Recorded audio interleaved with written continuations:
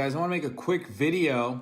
Won't be long, covering about 15, maybe more fallacies that globe earthers use constantly because they don't have any empirical observation or scientific evidence to support the heliocentric model. Good morning, everybody. How are you today? So I guess you've already noticed that we got our good friend Nathan Thompson here today to explain to us all about globe earther. Get your coffee or whatever, sit back and let's look at some of the things that Nathan's going to tell us about fallacies. The first one I want to cover is called a fallacy. Now, just because something's a fallacy doesn't make it not true. Nathan's first fallacy is the fallacy. And any of these you can look up on Google to find out the exact word for word meaning. However, Nathan uses this as globe earthers seem to cry fallacy constantly in debates. So apparently he thinks unnecessarily we call fallacy. It doesn't matter that they call fallacy. So he calls this his first one because it affects all the others. The first fallacy I'll get into that globers use all the time is called a strawman fallacy. Okay, so this next fallacy that he's brought up is the strawman fallacy. And you're going to hear this strawman a lot because flat earthers will accuse everybody of strawmanning, and when it's actually them that's doing the strawman. And so what a strawman is you're taking the argument and expanding it into ridiculous statements in order to further your cause, not the argument. So a good example would be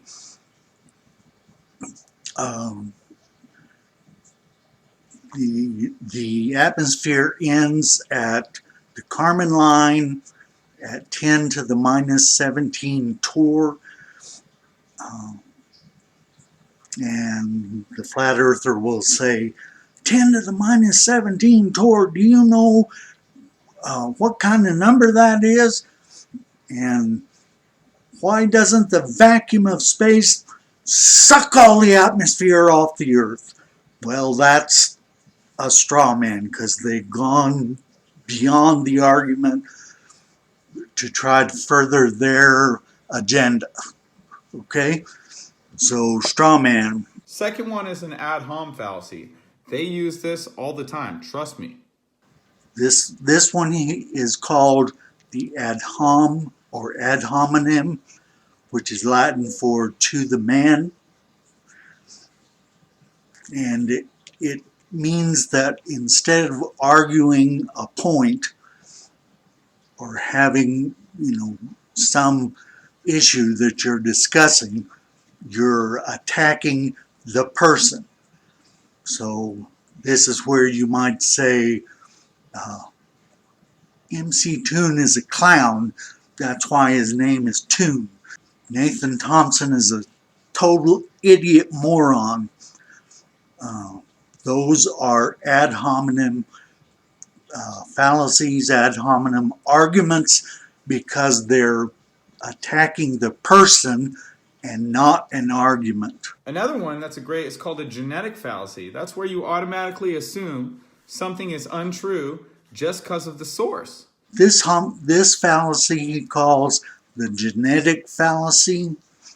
Genetic fallacy means that you're looking at the credibility of the person instead of the argument. Once again, It's all about the person.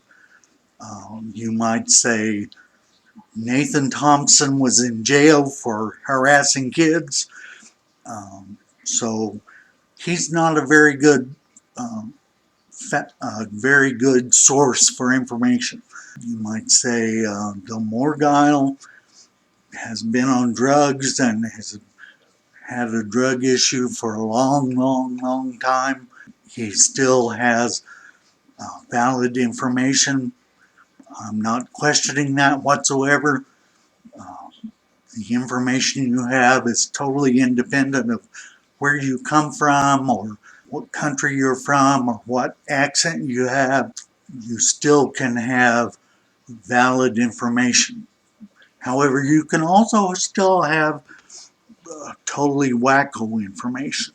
We have an appeal to authority fallacy, which is, oh, well, my cousin is a pilot, so the earth is a globe. Not true. I have an uncle who's a pilot, and he refuses to debate me on my YouTube channel because the earth is not a globe, and pilots are trained on what's called the target generation facility. Okay, so this is the appeal to authority. This is a favorite one of flat earthers. If I say B Science has already talked about this, they'll say appeal to authority because you're saying he knows better than you do. Well, he does know better than I do, so sometimes you have to go to these sources. Their point is that unless you personally witness that or observe, then it's not a valid argument. Of course, that's ridiculous, and it certainly is not adhered to by flat earthers. You see all the time they have pictures of the Michigan coast or pictures of Chicago from the Michigan coast, and they say, see, this proves that the earth is flat. And yet they didn't take that picture. They weren't standing there on that coast. Next, you could have an appeal to emotion fallacy. Appeal to emotion is anytime they don't have an actual argument or scientific experiment, empirical observation, and they just tell you they're right because otherwise it would make them feel bad or it would make someone else feel bad. Now, you can't say that the Challenger didn't explode because all those families that had relatives on the Challenger cried for a very long time. Oh, well, if they cried for a very long time, well, then I guess it really happened how they say it. This next one he talks about is appeal to emotion, where somebody's very emotional and you agree that their argument is okay because they're emotional about it. And the only example that they ever used, the only time it's ever used anywhere, is talking about this Challenger disaster where we watched the Challenger explode. And they say there weren't any astronauts on board. They planned that explosion, and all of those astronauts were relocated and so that we wouldn't know that they actually are alive. And really, this just makes me furious because he's saying, and you heard him say, that, oh, these poor guys, because they're crying and grieving, that means that it really happened, when we all know that NASA lies to us. His argument is that we use that grieving to prove that the disaster occurred and astronauts were killed. And that's not the point. The point is that these flat earthers are insulting these people and demeaning the fact that they're grieving over the loss of loved ones. And whether or not this actually occurred or not, um, you can debate that all you want, but the fact that you are degrading the grieving process of these people, that is what many of us get so angry about. Uh, Let me tell you quickly, I guess. Uh, I used to work for a NASA contractor. My very first assignment was to analyze the Challenger explosion. I used motion analysis, uh, highly advanced computer to use the motion analysis software to track every piece of debris that came off of that explosion. The idea was they needed to be sure they captured all the debris and that they could explain what occurred to cause the explosion. And let me tell you, I had a very difficult time doing that. Maybe this is also an appeal to emotion, but oh my God, when you pick out a piece of debris and zoom in on it and look at it, and it's somebody's head in a helmet falling down to the ground, that makes an impact on you. And I don't care if you call it an appeal to emotion. It shows you that there really were live people on that Challenger, and those people died in a horrible way. The second thing they always say is that these people, these astronauts, were actually moved to a different location and that they're still alive, carrying on at a different place. I can guarantee you that that's not the case, that that's not true. They're lying when they tell you that. I promise you that. I have seen over and over these pictures of two people side by side. They don't even look the same, but they happen to have the same name. And it's curious to me why, if NASA is trying to hide these astronauts somewhere, why did they move them and then leave the same name? That is not how witness protection works. Why would you leave them with the same name? I've seen interviews with some of these people where they say, I just wish these guys would leave me alone. I am not the astronaut. I have no training in being an astronaut. I've been at this place, living in this house, for 20 years. And if you want to check the backgrounds of those people, you will find that they have continuous employment all through that explosion time. They have friends, they have family, they have co-workers. These people could not be just dropped into a situation. Their doppelganger or whatever was an existing person all through the Challenger explosion, and you can be assured of that. So when they tell you that, oh, these astronauts are all still alive and poor people trying to grieve when they already know their loved one is alive, Of course, you can imagine a wife, her husband has been moved to Hawaii or something, and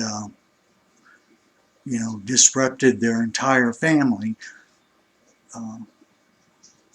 just for the sake of lying over the Challenger. And so I'll get off my soapbox here and we'll continue with these fallacies. This is a big one with the Globers, guys. Appeal to popularity or a bandwagon fallacy. Okay, so this one is the appeal to popular authority, or it's often called the bandwagon fallacy. This is where you say 99% of the people in the world today believe that the earth is a globe, so the earth must be a globe. That's not the way science works. That science has nothing to do with popular opinion. Flat earthers, on the other hand, those guys do have the popular opinion, popular as on YouTube, popular opinion. All these people believe that the earth is flat. The earth must be flat. You can see, whatever. But once again, it's a double standard. They can say that, but we can't say that. I want to assure you that science does not depend on popular opinion. And these proofs of what the globe is do not depend on everybody believes that, because your average person on the street has no idea of the proofs of flat earth. They have no idea what that means, and so they don't understand the science behind the globe, okay? The thing that flat earthers don't understand, because they have no understanding or no interest in figuring out the science behind these truths. When they say Newton discovered gravity because an apple fell on his head, that is a myth. We're pretty certain that an apple never fell on Newton's head. Newton did not discover gravity. There were people working on gravity and gravitational modeling clear back to Galileo. So Galileo, his peers were all working on gravity. They were doing experiments and publishing work. And you can look in the records, you can Google gravity and find out all of these people that were involved in discovering gravity long before Newton did his work. It's kind of interesting, by the way. I thought this was funny that Newton did a lot of his work while he was at his home. He was under quarantine because of the smallpox epidemic that was going around. So he was quarantined in his house, and so he did a lot of this work on gravitational laws, and even calculus. He was part of inventing calculus. And so I just thought that was kind of funny in these days with COVID that Newton was also quarantined. But what I'm trying to show you is that science is not a faith-based thing that we just decided one day that gravity was a thing and that things fall because of gravity. It's not true that that we just came up with it. It was experimented. There were observations made. Galileo dropped balls off the Leaning Tower of Pisa. There was all of this experimentation going on that built up to what Newton did. Appeal to popular authority is just a ridiculous fallacy. Let's go to the next one. Let's hear what Nathan has to say, all right? Now, the number one begging the question fallacy I hear that flat earthers struggle with is, if the earth is flat, explain the southern star rotation. You're begging the question there, okay? You're assuming that the south has a different star rotation than the north. Okay, so this next one is begging the question. This is one of their favorite fallacies. They're saying that we assume it's the globe, and then we do our experiment and show, yes, there's curvature because it's a globe. This is, again, it's a rather ridiculous fallacy. I suppose some people use that. Personally, I don't see the point.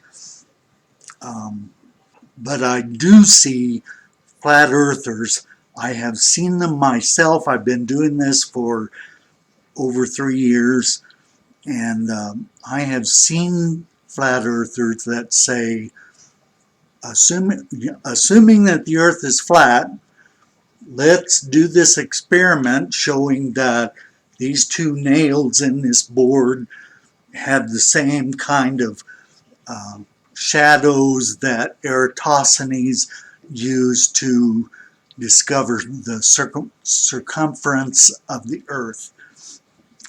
Again, they are begging the question there because they're assuming that they know what the answer is. You can look at our good old friend Bob Nodell, 15 degrees per hour drift. Bob Nodell was doing the same thing. He was saying, if we see drift, then the earth is rotating. So we saw drift. Well, let's try this experiment a different way, because obviously that's wrong. You could see him later in that video whispering to one of his buddies, we can't let this get out because this would be a disaster for the flat earth. So this is begging the question. He wants the data to show flat earth. So we're going to keep looking for data until we get what we want. That's begging the question.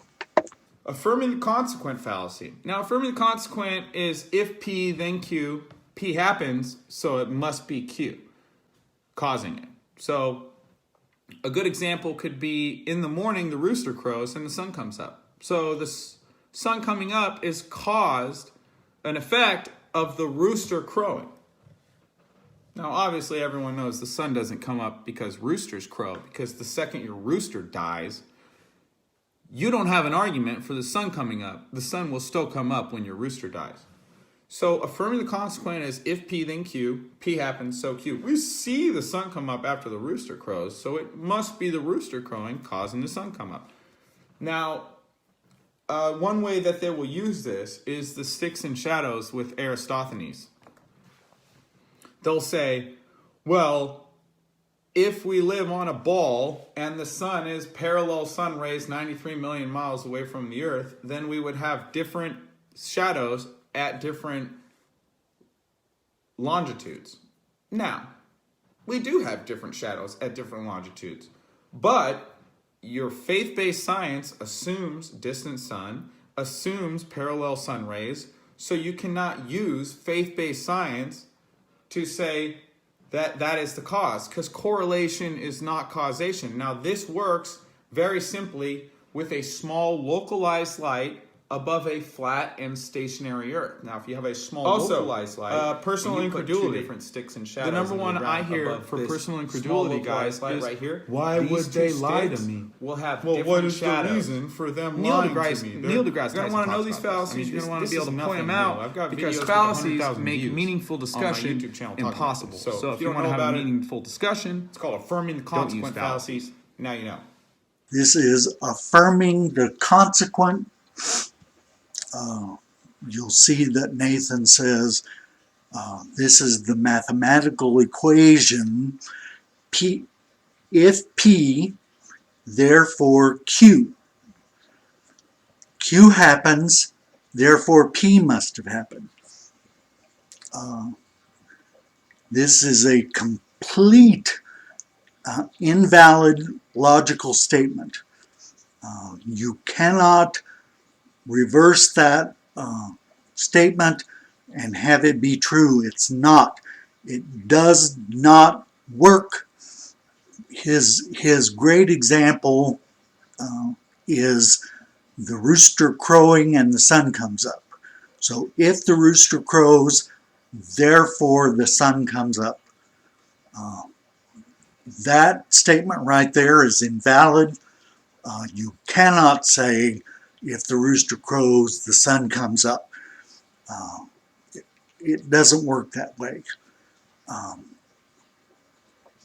So his thing about that is, what if the rooster dies? Does the sun still come up? Well, yes, because the rooster crowing does not cause the sun to come up. And if you were a scientist, you would know that you have to first eliminate the other possibilities. Is there another reason why the sun comes up? Can I verify? Can I observe? Can I validate that there is a different reason why the sun comes up? Obviously, in this case, yes. You can see that it's because of the rotation of the earth that the sun comes up over the horizon, which is a totally different argument, but the point here is that your first part of this is that you have to have a valid logical statement. And then the second part of this is that you can't reverse and say the same thing in reverse. So you can't say, if the rooster crows, the sun comes up. You cannot say the sun comes up, so the rooster crows. Okay? That would be invalid as well, and it obviously shows you that it's invalid.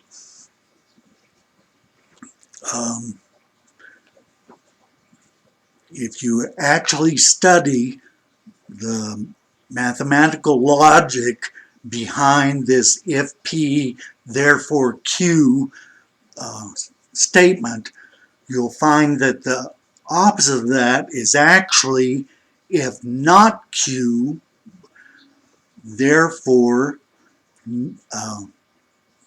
not P. We can see this better if we look at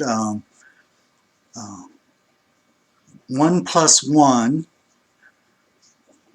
therefore 2. If we take that in reverse. If we have 2, then we have 1 plus 1. That's not valid because you could have 3 minus or 4 minus 2. You could have 5 minus 3. There's an infinite number of ways you can get 2. So that reverse of that statement is not true. But you can say if it's not a 2, then you can't have 1 plus 1. That is the reverse of that P then Q. Okay, so this next one he brings up is personal incredulity. I have no idea why globe earthers would bring this up.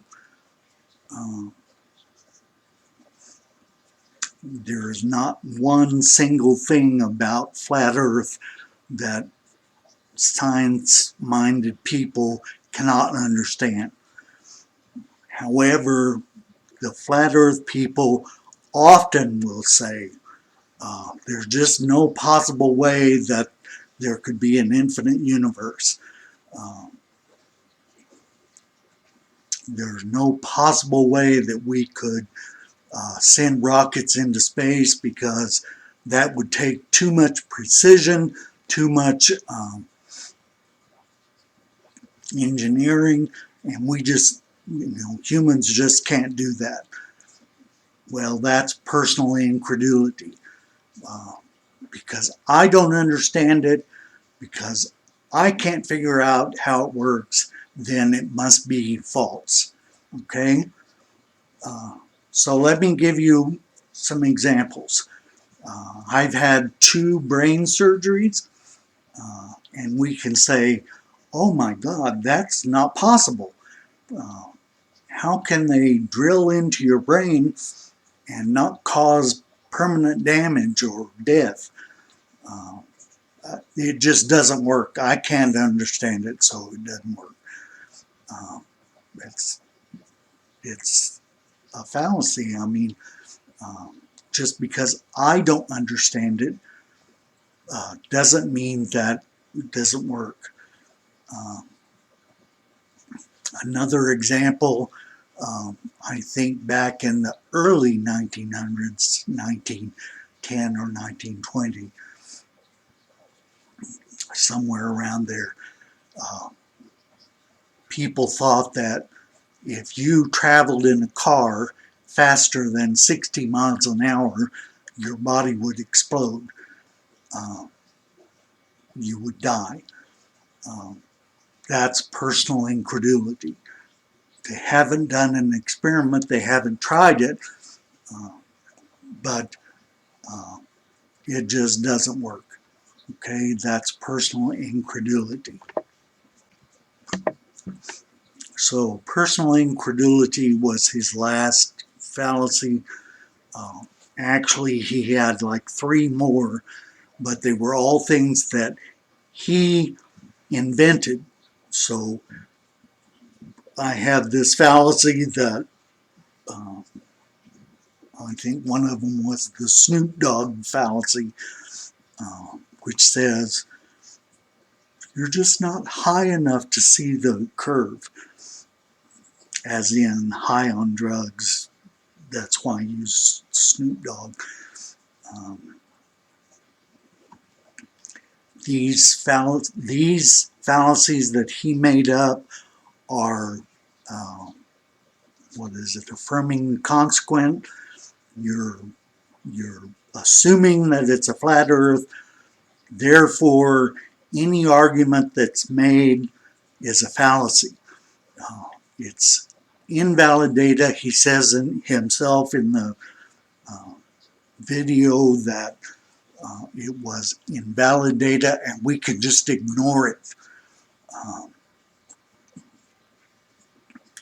That's not true. You can, I have shown that if you look across the ocean and you see the horizon, you can check, and you can check my work and see that the horizon is about 6 miles. So I took Google Earth and drew a circle, actually 10 miles in diameter. Then let's zoom out. And if you zoom out, that circle of 10 miles is just a little tiny dot on the map. So his point is that you don't need to get high enough to see the curvature. You can see the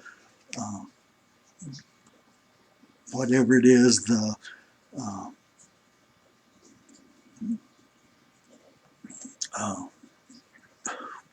crap, the you can see the curvature standing on the beach. Well, there are too many variables, too much going on that you cannot guarantee that that's always going to work. Okay, so again, I can show you why if you need to know that, but it just doesn't work. So I included this last little bit because Nathan says you guys need to know these fallacies in order to have a good debate. You can't have a good debate if you can't cry fallacy every time they say something. So that's where this list of fallacies comes from, because he's been debating a lot lately. So I hope you've gotten something out of this video today. Please comment and let me know if you enjoyed this, if there's something I should do different, if it's too long or whatever.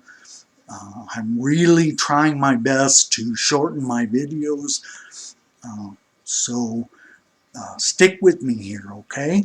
Subscribe, like, comment especially, okay?